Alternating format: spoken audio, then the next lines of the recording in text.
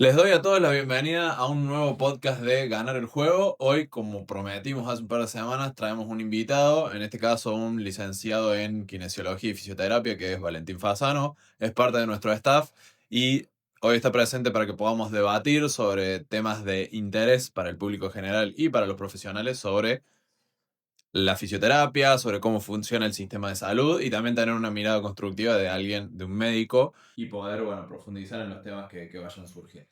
Bueno, bienvenidos muchachos a los dos.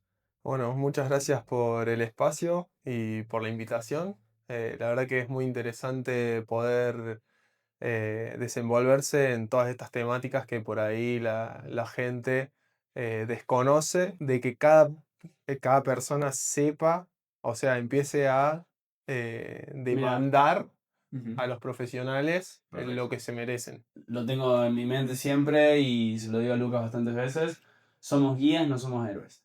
Claro. Entonces nosotros damos la información, después cada uno es responsable de usarla como él tiene. Sí, sí, obvio, también entendiendo que hay siempre varios caminos.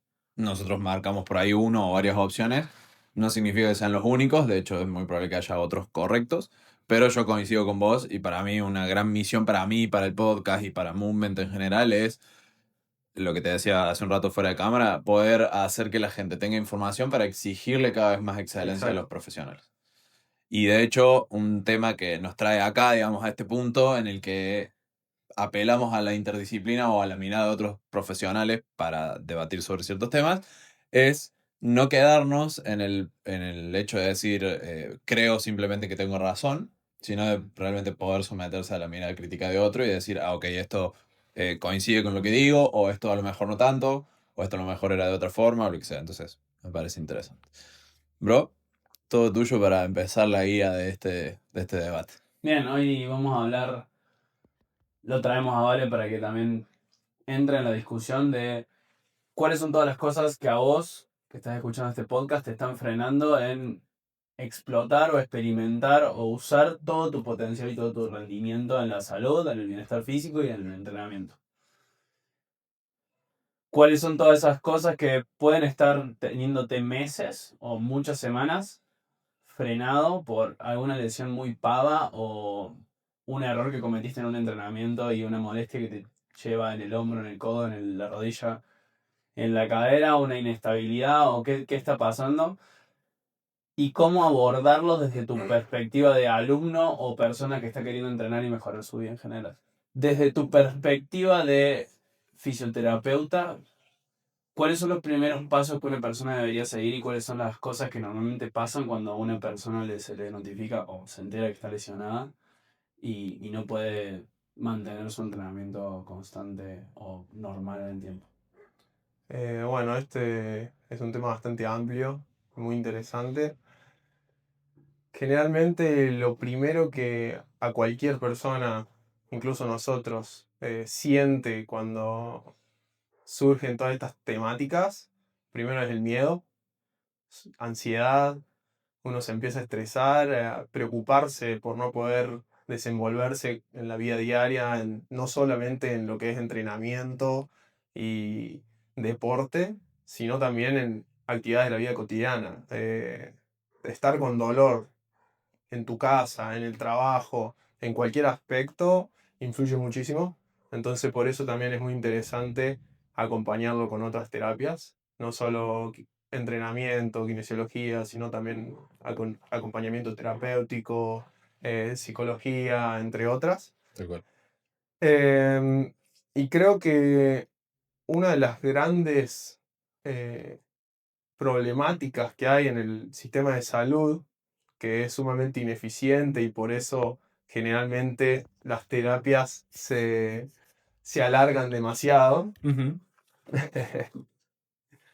Bueno, es justamente eso, la ineficiencia que hay en el sistema de salud, en el cual el sistema está preparado para ver a un paciente como un síntoma y, y no se trata al paciente como una persona, Como Como una, un todo. como un todo. Bueno, creo que es un error que constantemente se repite en la sociedad occidental, que somos todos nosotros, que es dividir al problema e intentar atacarlo únicamente a eso. Exacto. Y cada vez yo veo una tendencia más cercana de querer buscar qué, cuál es toda la problemática y qué es lo que engloba y ataquémosla desde todos los puntos y mejorémosla en conjunto como funciona el cuerpo, que es uno, que es Exacto. más una mirada oriental. Pero sí, Sí, sin llevarlo a una terapia oriental o a una terapia holística, también se puede ver desde el punto de la fisioterapia. Yo te veo a vos tratando problemas quizás que están en la parte superior del cuerpo y lo primero que están trabajando las personas es el pie. Entonces está muy lejos de estar eh, en proximidad de capaz un hombro, pero como una desestabilidad en el pie te puede llevar a eh, tener una problemática en la parte superior del cuerpo. sí, sí, sí. La mirada integral me parece clave porque coincido en que la problemática de la medicina moderna es atacar los síntomas sin buscar la resolución de fondo. De hecho, uno de los debates que tuve en redes sociales hace poco y por los cuales, por un motivo por el cual estás acá hoy para ampliar la mirada, era la falta que yo noto y que me hace saber la gente también, y esto no es ningún estudio estadístico, es simplemente experiencia y observación, pero se nota mucho la falta de interdisciplina en los servicios, sobre todo diría los servicios de la salud pública. En la privada hay más oferta, pero también suele pasar lo mismo. El planteo puntualmente que yo hice fue la falta de conocimiento que suelen tener pacientes, por ejemplo, como con diabetes o con patologías similares, sobre la incidencia que tienen los hábitos de su vida en general en esas patologías. No sé, por ejemplo, está, o sea, hay evidencia científica muy sólida de que una persona que tiene mal ritmo lumínico, por ejemplo, gestiona mucho peor su glucemia en sangre. Entonces, que una persona que está al borde de la diabetes o incluso ya desarrolló diabetes de tipo 2 eh, no sepa esas cosas y no sepa que tiene que ir acomodando cada vez mejor su ritmo lumínico, me refiero a una correcta exposición solar y a una correcta ausencia de luz también en la noche, hace que ante todo cualquier tratamiento que se le pueda dar con pastillas o con lo que sea incompleto, digamos. Sin duda. Bueno, todo lo que son tratamientos con pastillas y cosas, siguen atacando el síntoma. Entonces, siguen yendo al punto clave por el cual el paciente viene, que eso está bien también, pero dejan un montón de cosas de lado. Y si, como vos bien dijiste, hay 4 pilares que son fundamentales para más o menos empezar a trabajar todo esto y prevenir. ¿Cuáles son esos 4 pilares? El más importante va a ser el sueño. Tener una buena calidad de sueño va a acomodar también mucho cómo funciona nuestro cuerpo. Si bien sabemos, el sistema inmunológico trabaja sobre todo durante la noche y el descanso. Entonces, si no nos recuperamos bien durante la noche, vamos a estar perdiendo una gran capacidad de recuperación. Ujú. La alimentación que comemos, al fin y al cabo somos lo que comemos y lo que hacemos. El entrenamiento, que es el tercer pilar. Y por último, las capacidades de manejar el estrés. Entonces, los 4 pilares más fuertes van a ser el sueño, la alimentación, el entrenamiento, actividad física y eh, el nivel psicológico. Sí, sí, Entonces, esos 4 pilares nos van a centrar y nos van a ayudar en prevenir un montón de cosas. perfecto, Ok. fantástico. Bueno, a mí me pasó en mi experiencia personal de haber tenido 15, 16 años, me hice por tercera vez el tobillo en básquet. Todo el tiempo derecho.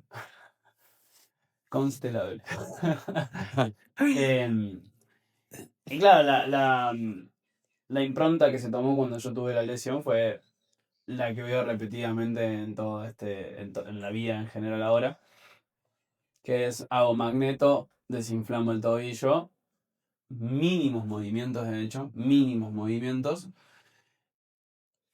y después pasaron los años. Yo en básquet nunca me di cuenta que tenía un tobillo muy rígido, con muy poca dorsiflexión. Dorsiflexión llámese a la flexión del tobillo, de la capacidad de llevar la rodilla hacia adelante y el tobillo a hacer ese gesto. Y no me di cuenta hasta que necesité ejecutar en mi caso con Lucas, una sentadilla libre de manera correcta. Claro. Entonces, si bien la costumbre de los médicos y del sistema en general de salud es ataquemos los síntomas y no las causas, ¿por qué tantas personas se quedan en este globo o en este círculo de no salgo de acá, salgo siempre de llegar a una magneto o llegar a terapia de calor o llegar a terapia de frío, cosas muy superficiales para el problema y por qué se quedan encerrados en eso meses. Porque hay personas que capaz no están escuchando con una tendinitis en el hombro y la tendinitis en el hombro y la molestia en el codo la tienen hace 7 meses. Exacto.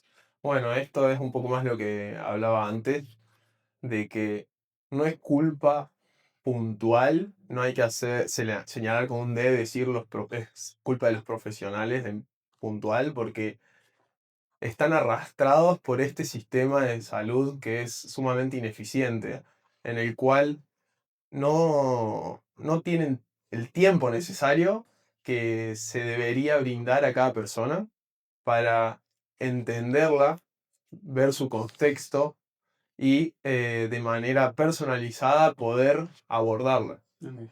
¿Qué es lo más innecesario o cómo nosotros, eh, bueno, en SICEP con mi pareja es nuestra filosofía, cómo nosotros intentamos abordar todo esto? Es la primera consulta para nosotros es la más importante de todas. Necesitamos conocer a quién está al frente nuestro, a entender qué hace en su día a día, cómo se mueve, de qué trabaja, contextualizarla bien, entender qué le está pasando y buscar el por qué le está pasando esto. De nada sirve simplemente ir a atacar ese dolor puntual para que se vaya, que sin duda es uno de los puntos claves, pero hay que ver por qué está, porque si simplemente bajamos ese dolor y se va a su casa y sigue con lo que viene haciendo, va a volver. Entonces, ¿por qué pasa esto? No tenemos tiempo. Generalmente, el sistema de salud te pone un límite de tiempo en el cual vos necesitas ver a una persona en una hora o tenés varias personas a la misma hora y no podés dedicarte eh, a conocerla a trasfondo para poder ver qué es lo que realmente está pasando. Sí, ¿Y abocarte a la persona. por qué no hay tiempo? Porque no nos tenemos que olvidar que si bien somos profesionales de la salud y nos gusta ayudar a la gente y que todo el mundo esté bien es nuestro objetivo, somos personas y estamos trabajando. Entonces, detrás de cada profesional de la salud hay una persona que está trabajando y busca una remuneración. Claro. Entonces, Totalmente. si no hay economía que cubra los costos de dedicarle el tiempo necesario a cada persona, ¿qué pasa? Tenemos que empezar a acumular gente en el menor tiempo posible para poder cubrir los costos. Entonces, no hay Sí. tiempo para Entramos, digamos, dedicarle. en un círculo vicioso Exacto. en el que me parece importante esto que decís de no culpar necesariamente a una persona en particular, sino entender que todo el sistema tiende a funcionar mal. De hecho, si lo extrapolas a otras áreas sociales como no sé, la educación, también probablemente te encuentres con lo mismo. Sí. Ahora, también creo que está bueno saber y aclarar que tenemos la responsabilidad, porque a mí así como vos lograste encontrar una metodología de trabajo que cubra un poco esa falencia, yo también lo hice desde mi lado como entrenador. Creo que es importante y es responsabilidad también de cada profesional de salud poder ir encontrando esas vetas en donde cada vez seamos más excelentes con lo que ofrecemos. Y no solamente conformarnos con decir, che, el sistema está mal y bueno, y hago lo que puedo, ¿se entiende? Me parece fundamental. Sí, creo que están planteados muy bien los dos roles actuales en la sociedad. Es la persona que va a la terapia de fisioterapia y paga un costo barato, lo hace así porque quiere sacárselo de encima. Sí, probablemente. Entonces pasa a terapias pasivas que de manera mínima le son rentables al profesional, de la manera en que tiene que agrupar a muchas personas poniéndole magneto o poniéndole terapia de calor, lo que sea. Una terapia que se llama terapia pasiva, para el que esté escuchando el podcast, que es básicamente vos no tenés que hacer nada, te tenés que quedar quieto y hay algo externo que te está calmando o solucionando el dolor, no la causa del problema.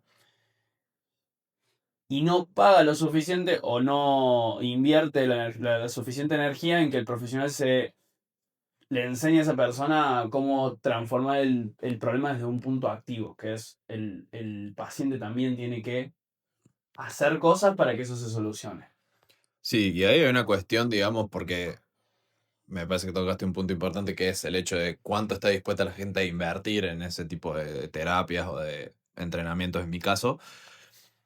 Y es cierto que obviamente va a haber personas con bajos recursos que no lo puedan pagar, digamos, que no lo puedan afrontar. Pero por lo menos en mi experiencia, incluso las personas a las que le es realmente un desafío desembolsar determinada cantidad de plata o lo que sea, cuando tienen la información correcta en el sentido de decir, che, yo sé que para esto tengo que hacer una inversión porque es una parte importante de mi vida, no sé, el hecho de crear hábitos o el hecho de visitar a un nutricionista que me eduque en la alimentación y demás, encuentran, o sea, terminan encontrando la forma de hacerlo y dedicarle ese recurso a eso. De vuelta, va a haber personas que realmente no lo pueden hacer y tendrán que encontrar otras herramientas, pero me parece, a lo que voy con todo esto, es que también hay un problema de no estar valorando, me parece que en Argentina pasa un montón, la importancia de estos servicios, digamos. ¿Por qué?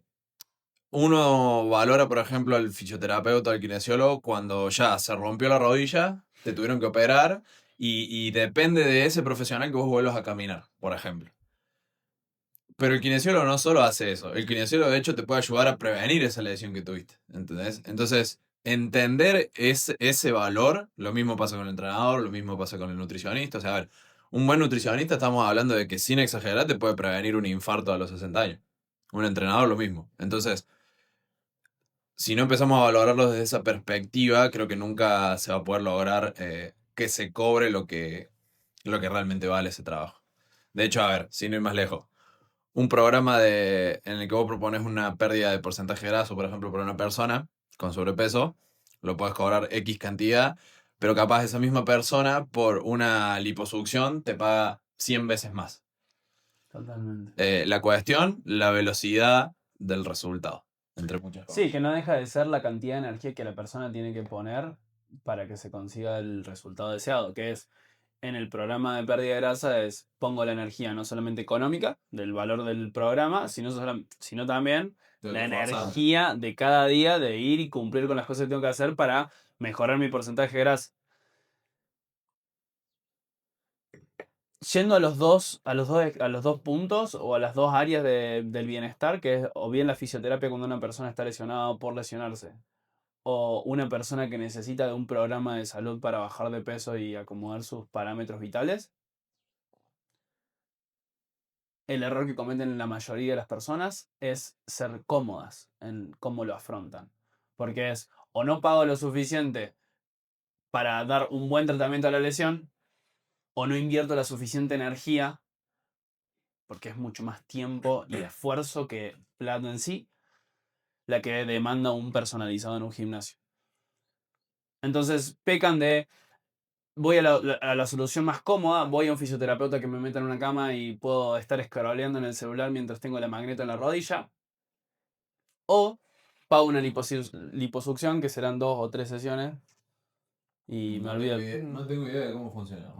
Yo tampoco. Igual yo creo que también está en el tema de que generalmente nos dejamos estar mucho hasta que no estamos con la patología o al límite, no nos hacemos cargo de las realidades. Entonces, en el caso de esto que hablamos de sobrepeso, entre otras cosas, yo creo que además a largo plazo hacerse una liposucción o empezar a cambiar hábitos de alimentación, a largo plazo el que va a tener el mejor rendimiento y el que va a dar mejores resultados va a ser el cambio de hábitos. Tal cual. Sí, ¿Cuánta gente hace tratamientos gástricos, de cinturón gástrico, liposucción, lo que sea, y a los meses ya volvieron al peso que estaban antes o incluso peor? Sí, he tenido cientos de alumnos así, bueno, no cientos, decenas, diría.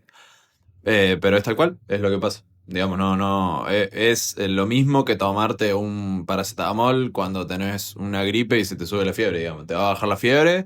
Si no tratas la infección como tenés que tratarla, el problema va a ser ahí. Una pregunta que es muy fácil cuando vos ya te rompiste la rodilla ir al fisioterapeuta y darte cuenta que tenés la rodilla rota y que no puedes hacer la extensión del isquio, etc.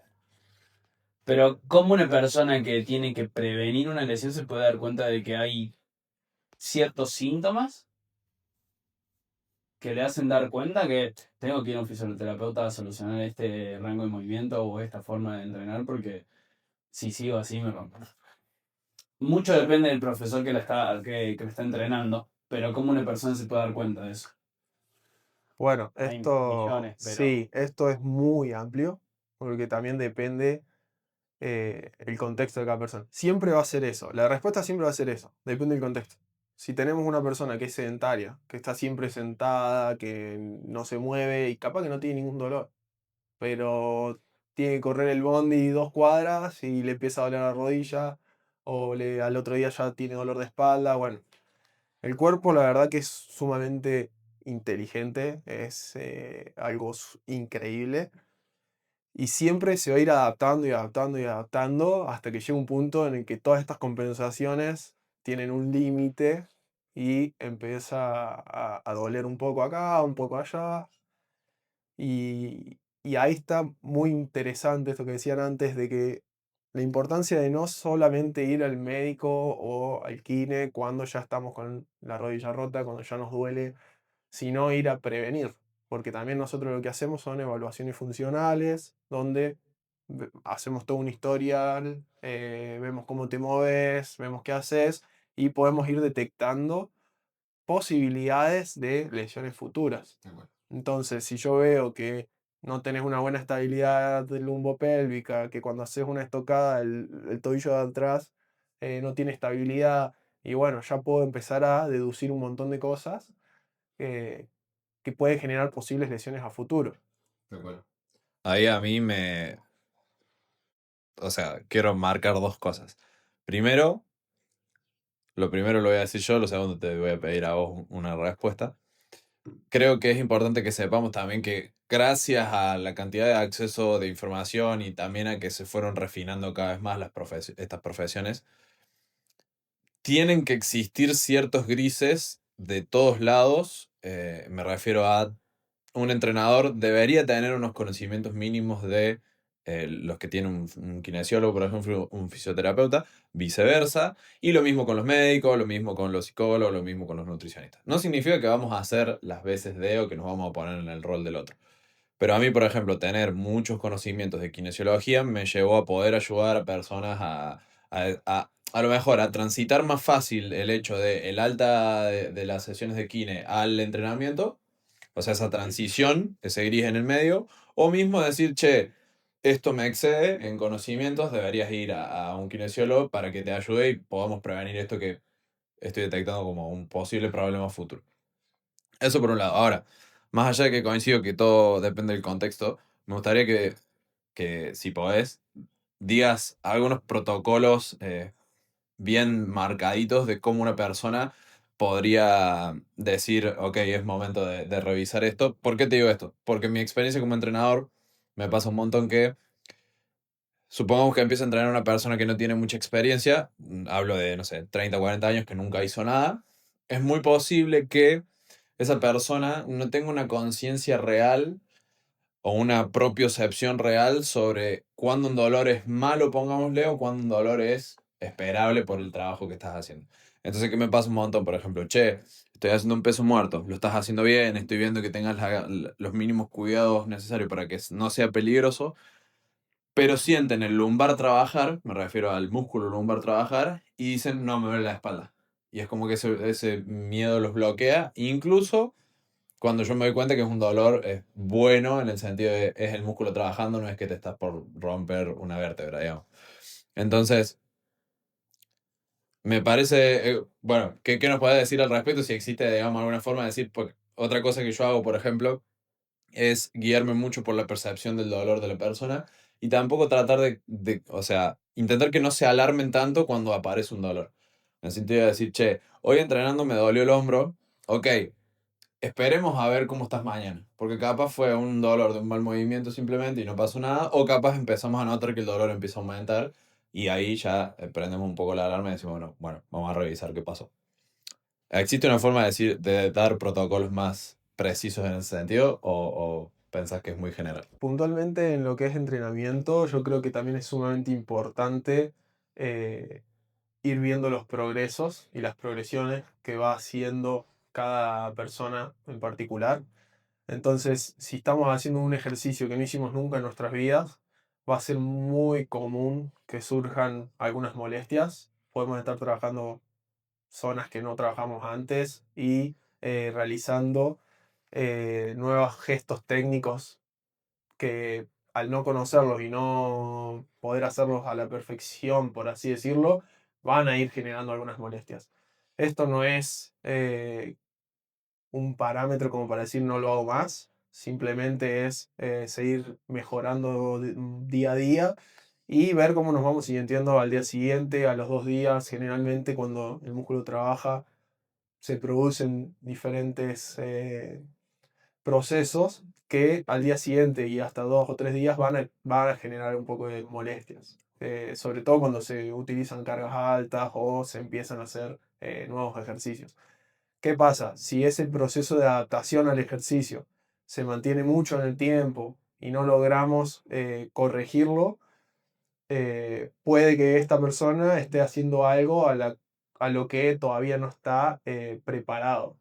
Sí, o que esté fallando algo dentro del sistema, a lo mejor una mala técnica que no la Exacto, detectamos, a lo mejor una compensación que tampoco detectamos, exacto. que son Ahí todas entra áreas que pueden mucho lo que trabajar. son, bueno, la movilidad que tiene cada persona, la conciencia corporal, la estabilidad de la zona media. Entonces, si estamos haciendo un peso muerto, como vos decías, que ya requiere de una capacidad de autocontrol elevado, y no lo podemos hacer. Y bueno, hay que ver por qué no lo estamos pudiendo hacer. Entonces decir, bueno, mira, nuestro objetivo va a ser en poder trabajar en esto sin dolor, sintiendo más que nada los isquiotibiales y no cargar tanto la zona lumbar. Bueno, para esto vamos a tener que trabajar esto y esto, corregir estas partes de la técnica y cuando esto más o menos esté mejor, ir al A la objetivo final. ejecución de nuevo.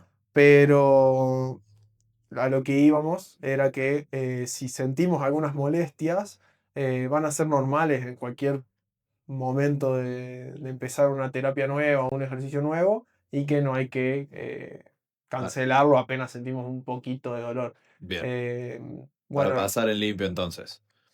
Una persona que por ahí no tiene tanta experiencia en entrenamiento o que no haya entrenado durante mucho tiempo puede experimentar ciertas molestias los primeros tiempos o también cuando se le propone una metodología de trabajo nueva. Por ejemplo, exacto. vos estabas entrenando de una forma, empezás a entrenar de otra, es probable que surjan ciertas molestias. No debería ser tan alarmante a menos que eso se dilate mucho en el tiempo. ¿Está bien Y que así? el dolor aumente demasiado. Ahí va, perfecto. Bueno, hablamos detrás de cámara antes que existe una escala de evaluación del dolor que se llama, bueno, la escala EVA, que evalúa el dolor puntuándolo desde 0 1 cuando el dolor es nulo o mínimo, y hasta un 10 donde es inaguantable o máximo. Entonces, Que eso tener es percepción de la persona, ¿no? percepción de la Cabe persona aclarar. 100%. Hay personas que aguantan mucho el dolor, hay otras que ante un mínimo contacto ya sienten dolor, entonces esto también es sumamente subjetivo.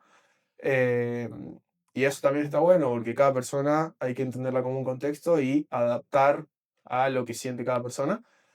Entonces, esta escala del dolor nos va a también permitir decir si el ejercicio se puede seguir haciendo o no.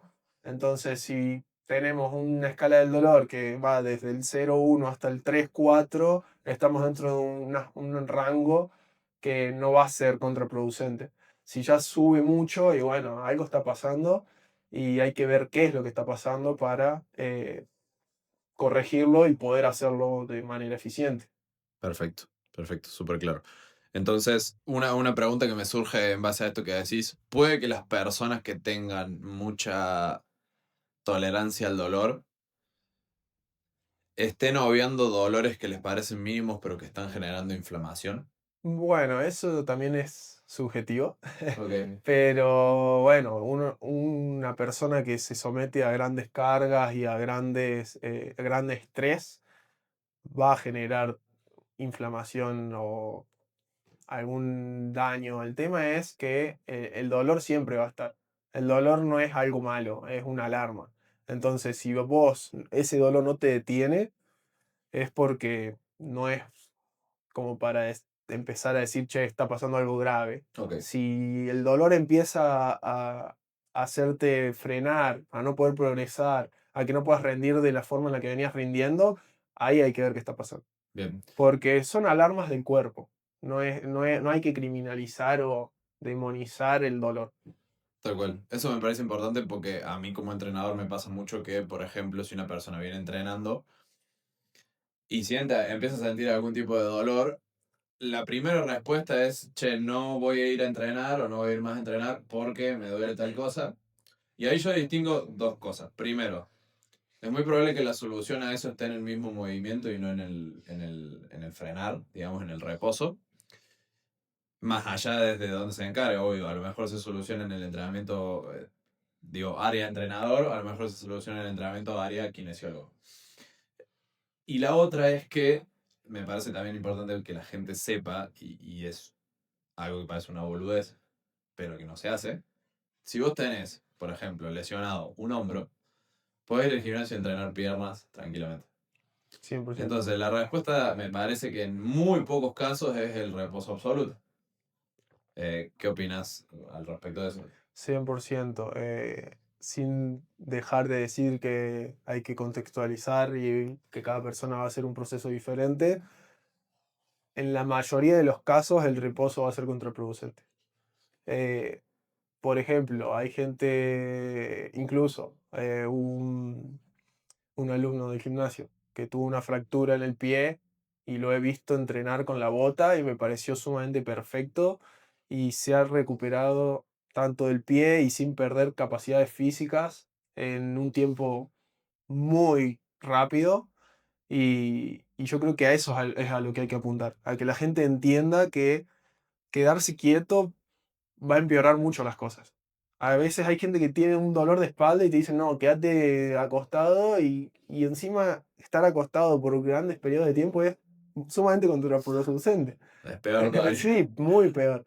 Eh, Entonces, bueno, eso es muy interesante también, que dependiendo del contexto, sin duda, va a haber gente que sin duda va a necesitar un poco de reposo, teniendo en cuenta que si sos sedentario, sos un deportista de alto rendimiento o no, vas a estar preparado de maneras diferentes para eh, realizar tu proceso de recuperación, pero siempre el movimiento prematuro, cuanto Ujú. antes, va a ser muy beneficioso. En conclusión, el sistema tiende a llevarte a la vía de el reposo absoluto o de terapias muy pasivas de recuperación. O sea, llámese magnetoterapia, el que lo haya experimentado sabe cuáles son. Y cada vez más es más evidente que la solución más efectiva es moverte, ser consciente de cuál es la causa de la lesión y tomar acciones a favor de mejorar la causa. Acciones que tienen que ver con el movimiento. Exactamente. Sin duda. De todas formas, con todo esto que venimos diciendo, no voy a dar por entendido o decir que las terapias pasivas son malas. Cada profesional tiene un bolso lleno de herramientas y va a estar en cada persona saber cuándo utilizar una u otra. Entonces, terapias pasivas van a tener su rol y lo van a cumplir cuando sea necesario, pero hay que aprender a dejar de lado cuando no hacen falta. Tal cual, tal cual. Es lo mismo que pasa con las máquinas, por ejemplo, dentro del gimnasio. Yo, por ahí cuando era más chico y sin saber a lo mejor comunicarme como sea, comunicarme ahora, más allá de que no era lo que quería comunicar, el mensaje que se entendía del otro lado era las máquinas no sirven para nada, deberíamos entrenar todos de esta forma. Claro. Y la realidad es que las máquinas son muy útiles para lo que fueron creadas. El problema, por ejemplo, desde el entrenamiento, que es lo mismo creo que planteas vos desde otra área, es que en el entrenamiento se nos educó durante muchas décadas a pensar que la forma correcta y única de entrenar era con las máquinas. Y en realidad entendiéndolo desde una perspectiva de, ok, entiendo mi biomecánica y mi biología, te das cuenta que no es lo más eficiente. O sea, que la máquina cumple un rol particular que te complementa y que funciona muy bien, por ejemplo, para el culturismo o para algunos trabajos aislados puntuales, pero que el humano promedio debería tener la mayor parte de su entrenamiento basado en otra cosa que no sea la máquina. Bueno, ¿qué pasa acá? Las máquinas generalmente están preparadas, las máquinas convencionales, para trabajar sobre grupos musculares particulares. Tenés Claro. curl de bíceps, tenés para hacer la femoral solo para el cuádriceps en específico. ¿Y qué pasa? El sistema nervioso no entiende de músculos. trabaja en conjunto, entiende de movimientos. Claro. Entonces, no podemos enfocarnos en hacer un entrenamiento específico por grupo muscular porque no va a ser funcional. Entonces necesitamos todo esto que trabajan ustedes, que son pesos libres, movimientos funcionales, complejos y que usamos en la vida diaria, aunque no nos demos cuenta. Mover una maceta es como hacer un peso muerto. Agacharme para levantar a un nene es como hacer una sentadilla. Entonces hay que centrarnos en trabajar en complejo para que el cuerpo esté más funcional y no simplemente trabajar todo aislado porque no es efectivo. Ok, teniendo en cuenta todo lo que ya hablamos y toda la información que ya nombramos en el podcast de hoy, ¿qué es lo que debe esperar una persona que o sintió una molestia en el gimnasio o tuvo una lesión de un especialista en la fisioterapia, en la kinesiología, y que lo haga decidirse de decir, ok, con esta persona voy a trabajar y sé que van a trabajar en conjunto y voy a poder solucionar la causa? Bueno, primero que nada, lo más importante es brindarle el tiempo y el espacio a la persona para que se sienta escuchada. Sentirse escuchado generalmente ya baja muchas veces el dolor y los niveles de ansiedad. Y dar ese tiempo a la primer consulta y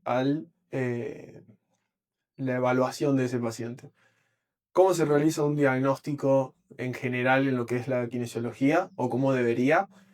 Consta de 3 etapas. Bueno, la anamnesis, que es generar una historia clínica en el cual nosotros vamos pregunta tras pregunta conociendo a la persona, su contexto. Eh, Mientras más información nosotros tengamos, más fácil va a ser ir identificando las causas y las probabilidades de lesión o de qué está pasando. Si a mí me viene alguien con que me diga, tengo una prescripción médica que dice lumbalgia.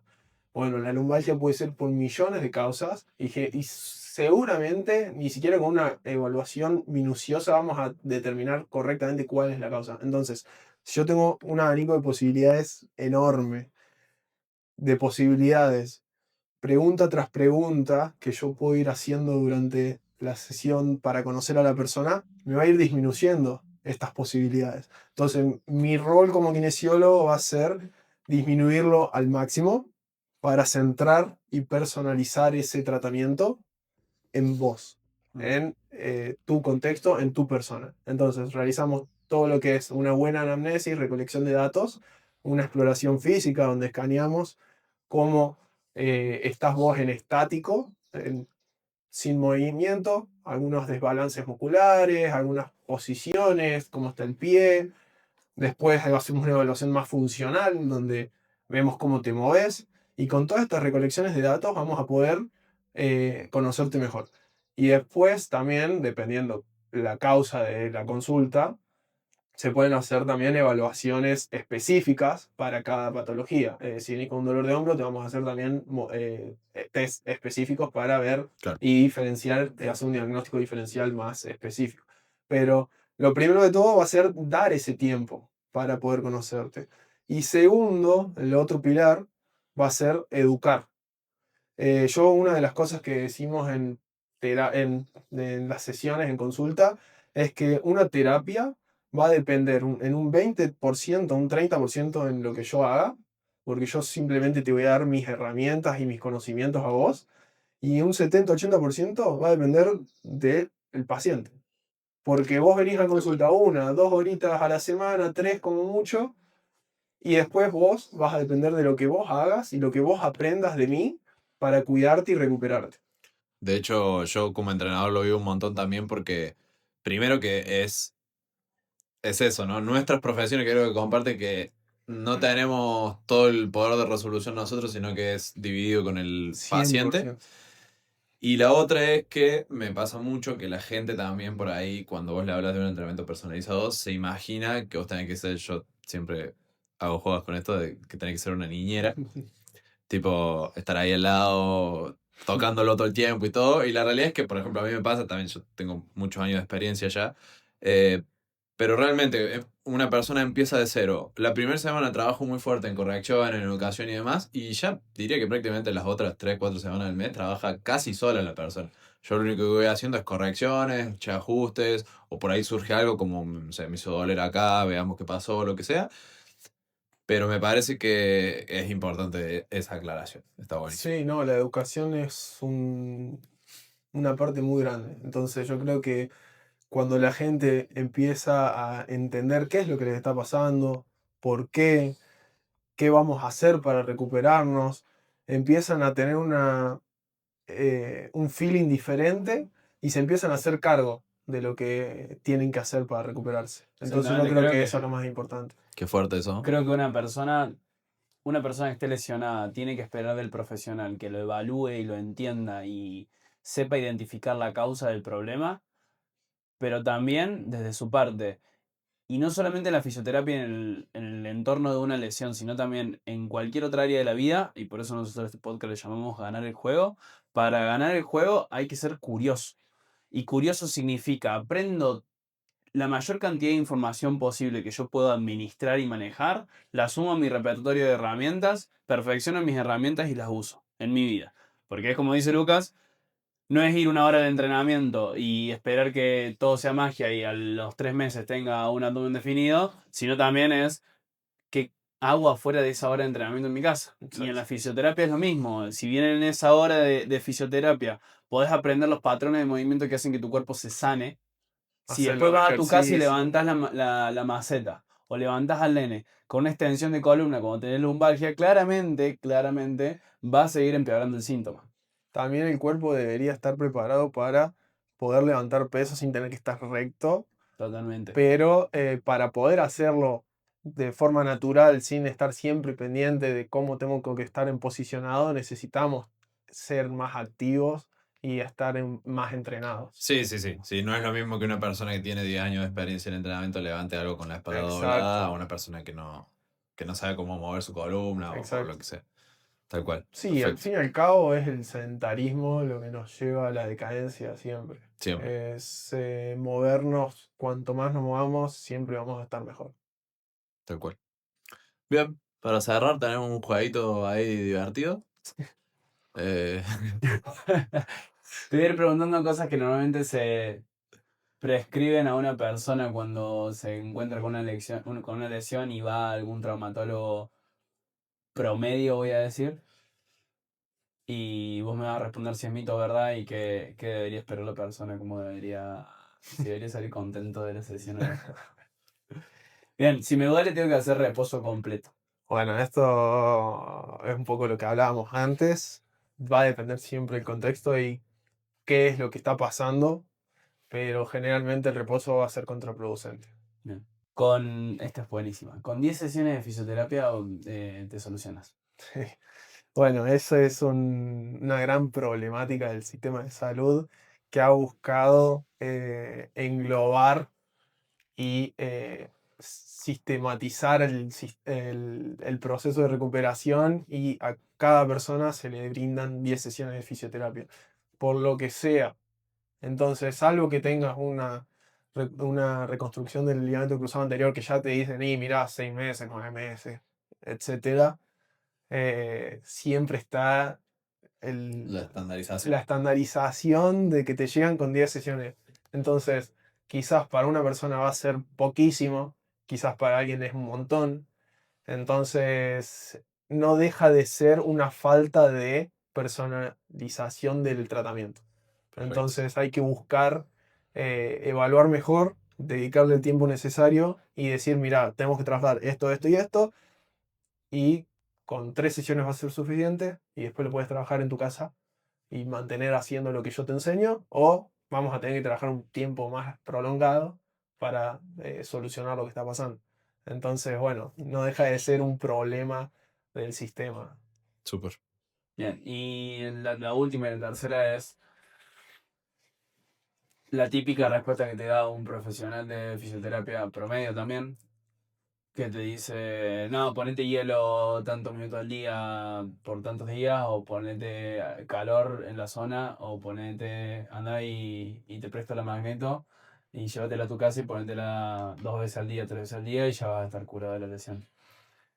Bueno, ahí también es un poco lo que decíamos antes de que hay herramientas y hay que ver cuándo usamos cada herramienta y sin desmerecer los agentes físicos, porque los agentes físicos generan su rol en la recuperación y sabemos que si nos ponemos hielo se generan cambios en la circulación y cuando nos ponemos calor aumenta la circulación, entonces se produce un mayor aporte de oxígeno, de nutrientes y lo que fuera, pero es lo que decimos antes, o sea, hay que armar un protocolo más completo Ujú. y ninguna herramienta por sí sola va a ser la solución. Entonces, Se me viene a la cabeza un ejemplo, creo, muy claro de esto, que va más en el ámbito de nutrición, pero es, por ejemplo, pretender que un suplemento te reemplace una buena alimentación. exacto, El suplemento te suma y es un ladrillo para potenciar algo, pero no soluciona la base y lo más exacto. importante. O sea, son herramientas, van a ir aportando simplemente lo que van a aportar, pero por sí solas no van a solucionar todo. Hay que incluirlas en un proceso de rehabilitación más complejo y sobre todo a través de correcciones, de ejercicio terapéutico y lo que fuera necesario en cada paciente o persona, mejor dicho, eh, armarlo bien personalizado. Mm. Perfecto. Y llega una persona lesionada a un doctor con un dolor que se asimila a algo crónico y el doctor le dice eso es crónico, cada vez que te aparezca el dolor tomate una pastilla de Actron o lo que sea y olvídate. Bueno, acá ya entramos de nuevo en ese círculo vicioso que hay en el sistema. Tenemos un paciente con un síntoma que va al médico, que no le dedica el tiempo necesario para ver qué está pasando y va a ir con una falsa prescripción médica a rehabilitación, donde si no tienen tiempo tampoco van a seguir trabajando el síntoma y el paciente ese va a quedar con el mismo síntoma que antes porque se mantiene en el tiempo, está crónico. Y ahí vuelve a otro médico que le vuelve a decir lo mismo y va a otro profesional y se siguen en la rueda. Y de hecho es muy probable que a nivel emocional o psicológico esa respuesta Es también terrible, falta, o sea, sin la personalización adecuada, genere que incluso ese síntoma sea peor. siempre. Se va sensibilizando todo lo que es el sistema nervioso y, va a ser contraproducente. Se van aumentando estos procesos inflamatorios y de dolor. Entonces, hay muchas veces que hay que aprender a convivir un poco también con el dolor, pero hay que intentar brindarle la mayor cantidad de herramientas a la persona para que pueda vivir una vida cotidiana lo más feliz posible y sin tanto dolor. Entonces, simplemente darle pastillas y decirle, mira, no tenés solución, creo que es lo peor que puedes hacer. Por esto que decís vos, o sea, psicológicamente, imagínate que te digan, a mí me pasó, yo hacía skate y es impacto, impacto, impacto, una vez me esguincé y me dolía mucho el tobillo y me hacen resonancias, que esto, que lo otro, me decían que tenía osteocondritis en el astragal, un hueso del pie, que no iba a poder hacer más deporte en mi vida, que no podía hacer más skate, que no iba a poder saltar, etcétera. Imagínate yo adolescente, lleno de miedos, incertidumbres, una depresión, digo, no voy a poder hacer más los deportes que me gustan, no voy a poder jugar más al fútbol, no voy a poder hacer más nada.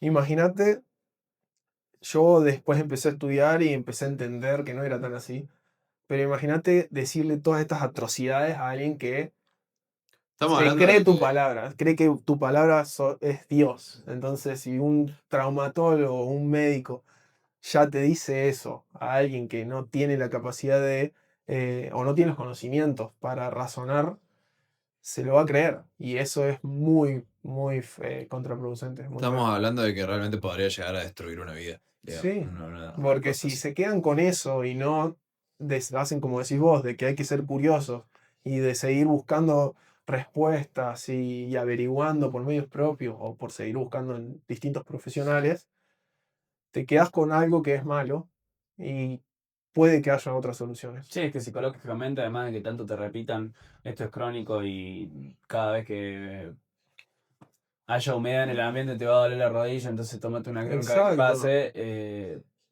En el tiempo y periódicamente se te vuelve un pensamiento real dentro de tu cabeza. Y Entonces, son, cuando una vez que entraste en esa realidad y que dejaste de ser curioso porque dijiste esto es así y va a ser así, te quedaste atrapado un poco en esa jaulita donde la vida es un poco más triste y no salís. sí, y son mitos que quedan y que la gente se los cree, como hacer peso muerto y las hernias de disco y el dolor lumbar. O sea, el peso muerto te puede... O sea, si vos te lesionaste haciendo un peso muerto, el peso muerto te va a devolver la salud, Tal cual, prácticamente. tal cual. Entonces, volver a llegar a hacer el peso muerto te va a mantener sano, digamos. Sí, sí, sí. Es algo que repito bastante. Es atrás de esos ejercicios que le parece a la gente tan peligroso está la solución. Exacto. Suele estar la solución definitiva, digamos, a ese tipo de dolor. Una vez que vos ya puedas hacer ese ejercicio sin dolor, ya estás de alta. Ya puedes seguir haciendo tu vida como quieras. Tal cual. Bueno, muy bien. Creo que ha sido un gran episodio. Gracias, Vale, por venir No, y gracias por a todos los ustedes. aportes. Como ya también te dije fuera de cámara, la idea es que esto siga pasando. Así que seguramente ya debatiremos sobre un montón de temas más. Invitamos a la gente que nos escucha a que si quieren escuchar sobre un tema particular, nos lo hagan saber también, porque es importante para nosotros. Y bueno, nos estaremos viendo la próxima semana en otro episodio más.